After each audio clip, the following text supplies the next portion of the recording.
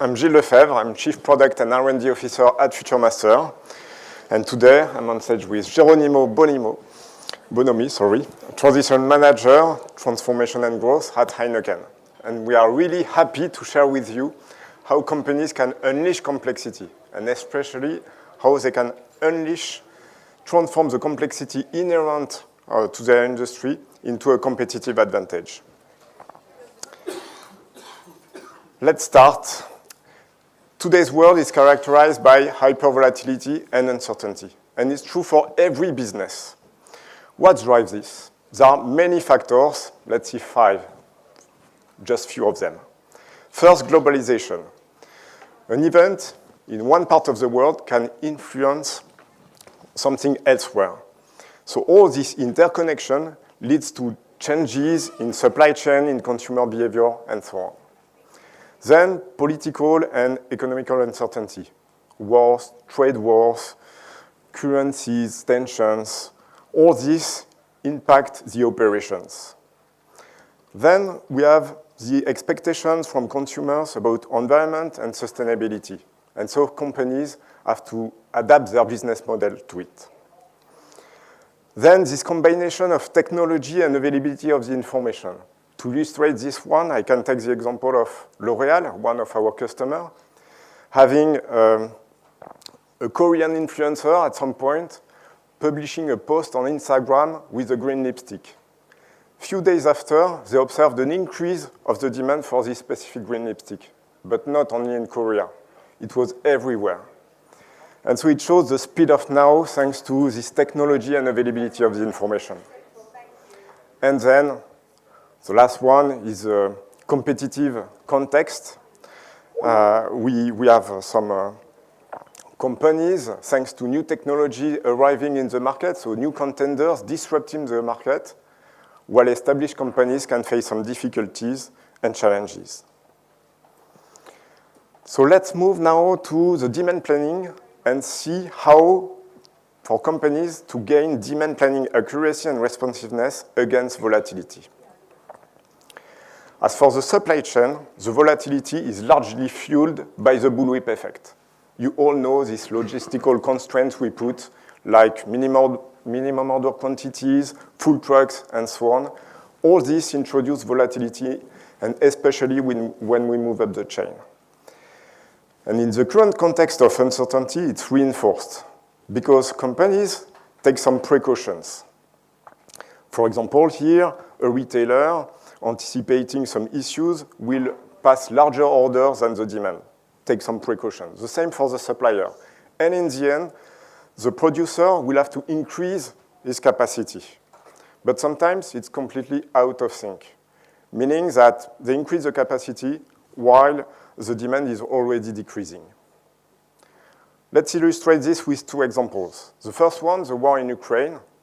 If you remember, at the very beginning of the war, consumers rushed to buy vegetable oils. In consequence, retailers passed larger orders to avoid a shortage on shelf. And so manufacturers had to increase their capacity. But again, maybe a bit late compared to the latest signal of the demand. Another example is the price inflation, so that's quite opposite one, with the consumer demand decreasing because of the inflation, retailer canceling orders, and in consequence, producer having to adjust their capacity, adjust also their price in order to avoid overstock. To avoid this bullwhip effect and to minimize in consequence the volatility introduced by the bullwhip effect, companies must manage the demand closer to the consumer. And so they have to embrace all this available data from sell-in, sell-through, and sell-out. And of course, in embracing that, they face some complexity. And I will come back on that in a minute. Another source of volatility is the consumer behavior, with some rapid expectation shifts, like a sudden demand for new eco-friendly products, or again, the economic condition. If I take again the example of the inflation, some companies in 2022 anticipating a long-lasting inflation past larger orders, being in the end, finding themselves in the end overstocked. And then we have the unexpected events, the expected ones. So unexpected, we have the war, we have the COVID, we have the Suez Canal, and so on. And for the expected, we have like concerts, sport events, and so on. Today, an abundance of data is available, allowing companies to sense really the demand and to anticipate the change in customer behavior. Weather conditions, social media, music events, concerts, sport events, all this is at hand. The challenge for companies is to leverage all this data to be able to decrease the volatility.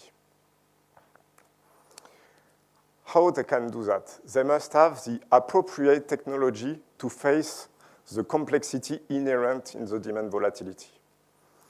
And at Futurmaster, we provide, thanks to our Bloom end-to-end platform, this kind of technologies. Technologies allowing to manage big data, so big data analysis, big data adjustment, big data processing. Also, the capabilities to select the best model at scale, because again, we have this large volume to manage. And finally, capabilities to leverage all the external variables. When I say manage, it's sourcing the variable, integrating it, identifying the variables which have an impact on the sales, and finally, for those which have an impact, calculate the effect. Thanks to all this, companies are really volatility ready. They can increase forecast accuracy, improve responsiveness, and increase the growth. Let's move now to the supply planning part. How companies can gain supply network resilience against volatility and uncertainty. Supply chain is constantly impacted by different changes introducing disruption. Here are a few examples. Variation of customer order specifications, rising cost, raw material or shortages or delays, equipment breakdowns, unforeseen knockdowns, closing transportation routes, and so on. All this impact not only the short-term and immediate operation, it has also a significant impact on the business performance, on incomes, profitability, and market share. And again, in this competitive market, companies must maintain an agile and resilient supply chain. How they can do that? They can do that in leveraging all the possibilities of their supply network. If I take the example of on the left side here, I just try to illustrate a supply chain with one plant on the left side serving 3 different warehouses, and each warehouse will serve its own customers. Very simple. But it's very fragile, because for every broken node, like any issue on a warehouse will prevent to deliver the customers. And in reality, we are more on the right side, with the company having several plants, here 2 plants, serving the 3 warehouses, transferred between warehouses, and all the warehouses serving all the customers. So thanks to that, an issue on one warehouse will not prevent to deliver a customer. It's much more agile, much more resilient, but we have much more possibilities, so it's a bit more complex. And to be able to leverage all these possibilities, again, companies must have the appropriate technology. Again, if we refer to our Bloom end-to-end platform, we have this kind of technologies, allowing to manage global optimization, because we have to consider all the possibilities at once to be able to find the best optimal solution. And when I say optimal, it's in considering the business success criteria of the company. Do they want to increase the target service level, to maximize the profit, to minimize the total cost to serve? Both. So we consider all this to find the optimal solution. Then I mentioned this supply network is complex, and it's key for the teams to understand the dynamic of this supply network. So identify the issues, analyze the root cause of these issues, and that's where the supply network insight graph is key. And finally, the teams have also to try different hypotheses to mitigate some risk, and that's where scenario management is key as well. So thanks to that, companies have a supply chain agile and resilient, and that can increase the service level and minimize the total cost to serve. But I would say it's enough words. Now I want to illustrate that through a short demonstration. I will show you first the demand planning part, focusing on how we can leverage external variables. And then I will move to the supply planning part and show you how the supply network insight graph allows to understand the complexity of the supply network, identify the issues, manage the root cause, and how we can leverage scenario management based on that. So let's start the demonstration. Here, imagine I'm demand planner. I land on the application on this dashboard. It's a call to action dashboard in order to guide the user in the most valuable action he will have to take. Here, I have a specific widget highlighting that the machine learning has identified some outliers in the past sales history. And here, for this product location, I have 3 outliers, so I can drill down, and I land on my demand planning card. On top, I see my product location. It's a daily chronology. That's why it's a bit noisy. And it's a demand sensing model, so a machine learning one. In red, you can see here my different outliers identified by the system. On the left part, as usual, in blue, you have the sales history. On the right side, in red, you have the forecast. And the yellow is a model also calculated in the past to be able to calculate the forecast accuracy. This is machine learning, but it's not black box, meaning that when I move to here, this tab, I can see in green my trend, and I can see below my seasonality, or yearly seasonality, so the weight of a day across the year. And I can see that I have less sales in August compared to September, October. And the same for the weekly seasonality, the weight of the day across the week, so more sales during the week compared to the weekend. I will zoom a bit and show you. So you see this pattern, the weekly pattern. And then let's move to the external variables. I mentioned that it's key to be able to leverage all the external variables. Here is an example where we consider the public holidays, the long weekend, the temperature, and also the rainfall. And the system detected that for the rainfall, in fact, there's no correlation with the demand. And so it's an external variable which is excluded automatically by the system. For the rest, the system has calculated the impact, and we can see here in green that for the long weekend, it has an impact. And for this specific product location, we have an increase of the sales before the long weekend, and during the long weekend, lower sales. So that's for the demand part. Imagine we have now all our demand, and we calculate the supply plan to support this demand. I'm supply planner. I arrive on my dashboard here. Again, I have some KPIs, some alerts. And the demand fulfillment is almost at 99%. Still, it's not 100%. What's going on?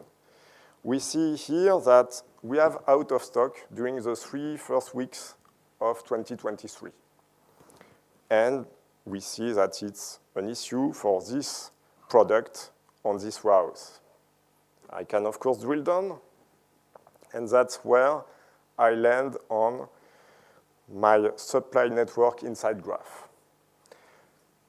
Just few words. You see on the right side the demand. So for this warehouse, and you can identify in red that there is this problem, a shortage of 2018. You can also see that this product can be sourced, replenished from two different production plants, the A here and the B here. When I say that it's key to have this kind of view, you can see directly here that we have not leveraged all the possibilities of the supply network. Because in dotted line here, it means that this route is closed. We considered as an hypothesis that this is not an option. But in the current context where I have a shortage, I would like to see what if I would open this route. So just to illustrate that, my transfer is -1 here, meaning it's closed, and I can create a new scenario based on my base scenario.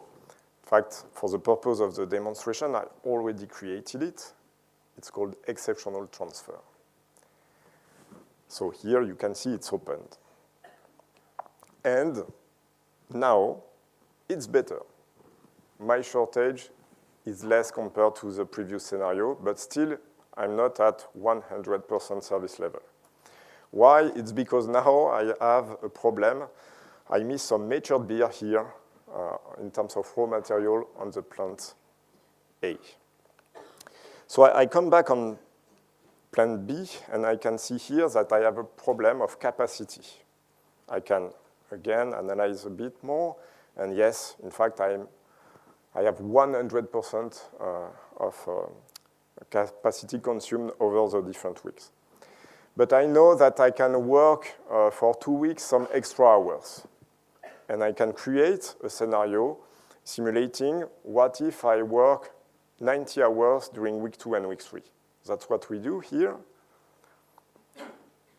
So, sorry. In creating a new scenario with extra hours. Here you see the 90 hours. And thanks to this action now, I don't have any more shortage. The last step is to compare the different scenarios. In terms of service level, we have seen the extra hour scenario is the best one, 100%. Just to precise that this extra hour scenario is a combination of extra hour plus exceptional transfer. You see there is a sort of hierarchy across the scenarios. And last, we can check the cost to serve, the total cost to serve here. And we see that for the extra hour scenario, it's also the best one. So based on that, then I can promote this scenario and move it to the base. So that's it for the demonstration. Just to summarize with Futurmaster, thanks to a combination of technology, data, and business expertise, we help companies to transform their complexity into a competitive advantage. Thank you. I hand it over to Geronimo.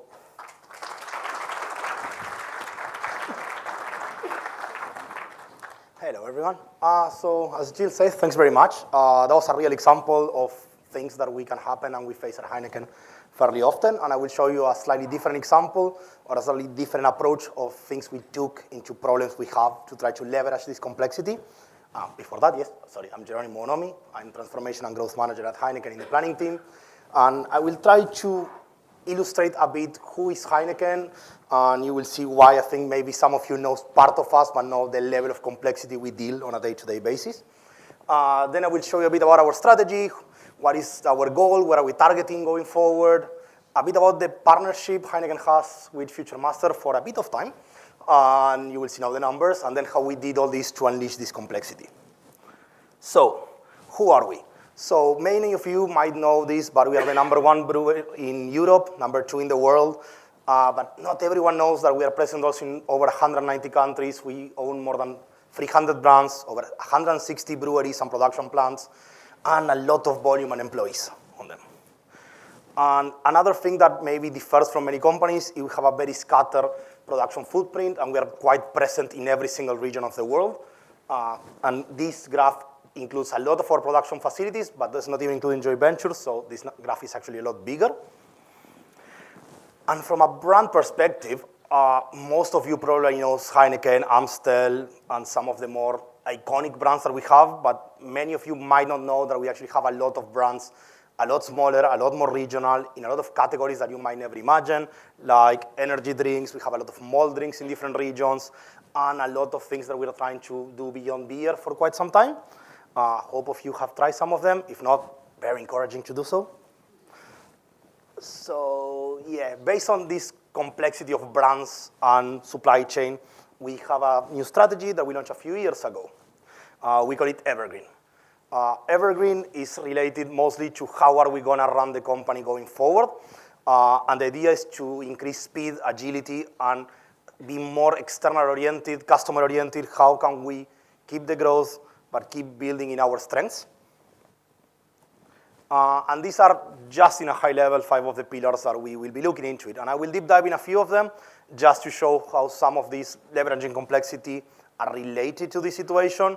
So we wanted to shape the world with more than beer, so what we call it beer and beyond, become the most digital brewer in the world, or the best connected brewer in the world, I think is the wording we are using nowadays, and productivity. How can we be more efficient with the resources that we have? Sustainability, trying to raise the bar. I think we have quite a bit of work on this that we've been doing. And then people, how can we unlock the potential? How can we make our people happy? And for most people in this room, how can we make our planners happy? So we created what we call the Green Diamond. So we're going to focus on growth, profitability, capital efficiency, but also sustainability and responsibility. And we had set a lot of targets for the next few years on this list. And moving maybe to a different part of this part, I want to just introduce who we are, what's our strategy, and try to link all back to why are we doing what we are doing. I think many times we really rush to get actions, but why are we doing this and how do we want to get there, I think was a quite important point to illustrate. So what is it between Heineken and Futurmaster has been going on? So the relationship is almost as old as me. So it's been going for over 30 years. And we started with very local solutions. So we are a very decentralized organization in Heineken. So each country has a lot of decision-making or power. And 30 years ago, we started having implementations of Futurmaster popping up in different countries, popping up one by one in different places. 6, 7 years ago, we launched a program called S&OP Core. S&OP Core was a standard program through all Heineken, but we really tried to keep it flexible. We really tried to cater for every country necessity. How can we do the best in each location? But from there, we realized that we were doing great. We did 14 countries in less than 3 years, a template that was working. But we realized we need to accelerate and put a lot more power in this situation because we're getting a lot of benefits. But also, we were getting a lot of appetite from different countries or different organizations within Heineken to get this. So we launched a new program called S&OP Fit. This is a much more globally supported program, but also was enabled by having a new SaaS model, so it was much faster to scale. And also we industrialized a lot more the way we deploy these solutions. So over the last 5 years, we have deployed around 32 countries. But just to add to this number, by the end of this year, there will be 16 countries more attached. So we're going to be 50% more in a year than what we did the last 5. And I think that was quite a nice evolution from where we came from. It took us a bit of time to master, but we got there. And yeah, that is to stay the more fit that we can or in the best scenario for our organizations. So why did we have to accelerate? What actually was the call for action? What really pushed us there was, I know it's a very vast word, but it works. For whatever reason that's what buzzwords are for. VUCA, so the amount of volatility we have in the market. Gilles already illustrate what situations we were facing, plus a lot of other situations that you will know every single day happen to us, from raw materials to issues with suppliers to issues with trade lines. The uncertainty that generates, so what things we can predict, and that's a lot of things we couldn't. The level of complexity, I share a bit about our global footprint. I'm going to start focusing a bit in 2 local examples, and you will see why this complexity got quite hard for us to plan on its own, or to having a poor planner running on themselves, trying to make a lot of decisions in one go. And ambiguity. Many decisions, if you take it individual, they might be great, but what is the best decision for the company all in one go, all together? That is, I think, the two examples that I really hope I can share with you, and you can at least see the value that why we took that direction. So we created a bit of a response. The response, we call it data. So to limit ambiguity, we try to be more data-driven. We really focus what information is there, what can we do with it. Oh, sorry about that. So to leverage also this complexity, we started using more algorithmic analysis. So what was out there, Jill showed it a minute ago, how we can use machine learning, how we can use external factors to actually get the best demand forecast, for example, possible, and how can we get to understand why things were happening sometimes in different locations. And targeted resilience, and it's something that we're quite focused on, it's not redundancy. We wanted to be resilient, and we wanted to be able to be doing good things where it was important when we needed it. Not try to put the whole supply chain on resilience and the whole planning team in everything, because it would have been a lot of work and really, really hard to get there if we try to make everything resilient. And last but not least, of course, agility.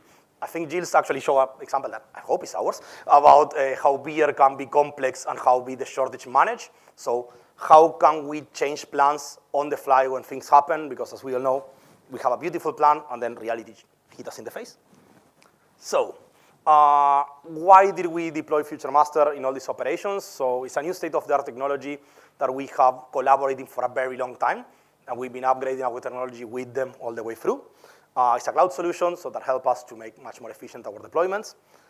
It helped us from a global optimization, and as I said, I'm going to share a couple of examples where this for us was key, based on our complexity and our footprint.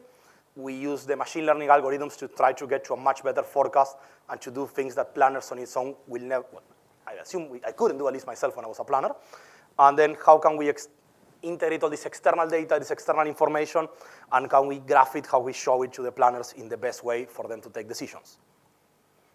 So maybe a bit too much word, as Lucille said, and I will show you a bit of a couple of examples. But before this, this again, it was focused on our strategy, it was focused on who we are, and how could we leverage all this complexity, all this opportunity that we had to be better and utilize better all the big amount of breweries that we have all across the globe. And by this, we tried to do a supply network optimization that we could actually run on the fly, work together, create our scenarios, and how could we serve our customers the best way, the fastest way, and the cheapest way for them to always have their fresh beer with them. These examples are quite different. The example number one is, we call it above OPCO or above country. So this is how 3 countries collaborate together to have the best supply chain and serve their customers the best way possible. And the second example, we call it about brewery optimization. This means we have one country with many breweries, and this country will be able to serve each region, each product the best way at different times. So maybe a bit too much wording for me, so I will give the word to somebody else.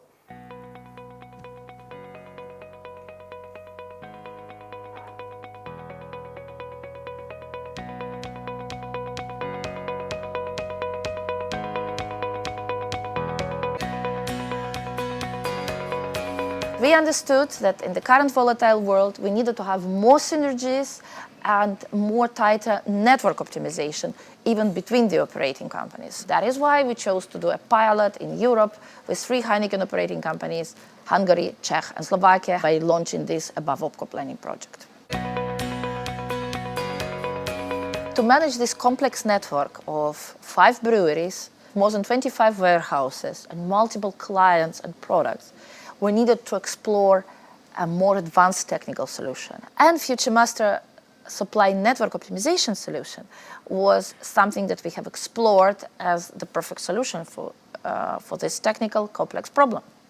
End-to-end supply chain is a very complex, multidimensional organism. It has multiple combinations of products, customers, capacities, lanes that we want to optimize. And mathematically, the number of combinations that you have in this complex network is really enormous. So to manage this, we needed to use Futurmaster supply network optimization solution, which enables us to use both supply chain capacities of different resources that we have in our Heineken network, but also the cost elements which are related to it, to bring capacity and cost optimization together to get the best result for our business. Let me give an example how this works and what type of scenarios, what type of business challenges we are solving. Let's imagine we have a group of customers located in the town Komarno, which is on the border of Hungary and Slovakia. What would be the best sourcing brewery to source these customers from? What is most beneficial for Heineken? Should it be from Hungary or should it be from Slovakia? How to best use capacity of both breweries, but also what is the most cost-efficient way for Heineken to make sure that the cost to serve to our customers is better. This is something that we can explore as different scenarios with the help of supply network optimization solution and make the choice which is best for the Heineken globally. By using this above OpCo planning solution, we can manage our end-to-end network better. In the current very volatile demand environment, it helps us to sustain our service level, but also at the same time to bring cost saving, to get the best end-to-end cost to serve. Thanks very much, Elena. So she could explain it way better than I was going to do it, so that's why I gave the floor to her for a bit. And this is the second case study, so just to give it of context, that was the first case study we did together. It was the pilot we ran at the time with these 3 countries. How can we use their capacity better? How can we work better together as one organization? And we can deliver the best result to all our customers from there. This is a slightly different context or a slightly different country. So in Nigeria, we have around 9 breweries, 21 warehouses, and around 70-something different big lanes that we should distribute from. It's a very big market for us. It is quite spread through the different regions, where the volume it is, where the breweries it is, and which brewery could produce which products or which group of products and what are the overlaps. So for that, we had to get something better because many different times, as Gilles mentioned, and many of you will know, a line will break down, a delivery will not be there, a raw material will be late, something will happen. How can we optimize this scenario? And we used to run for a very long time, we call our core module, where we optimize our packaging very well, but then we just-in-time the calculation of our distribution, we just-in-time the calculation of our beer production, we just-in-time the calculation of our material planning.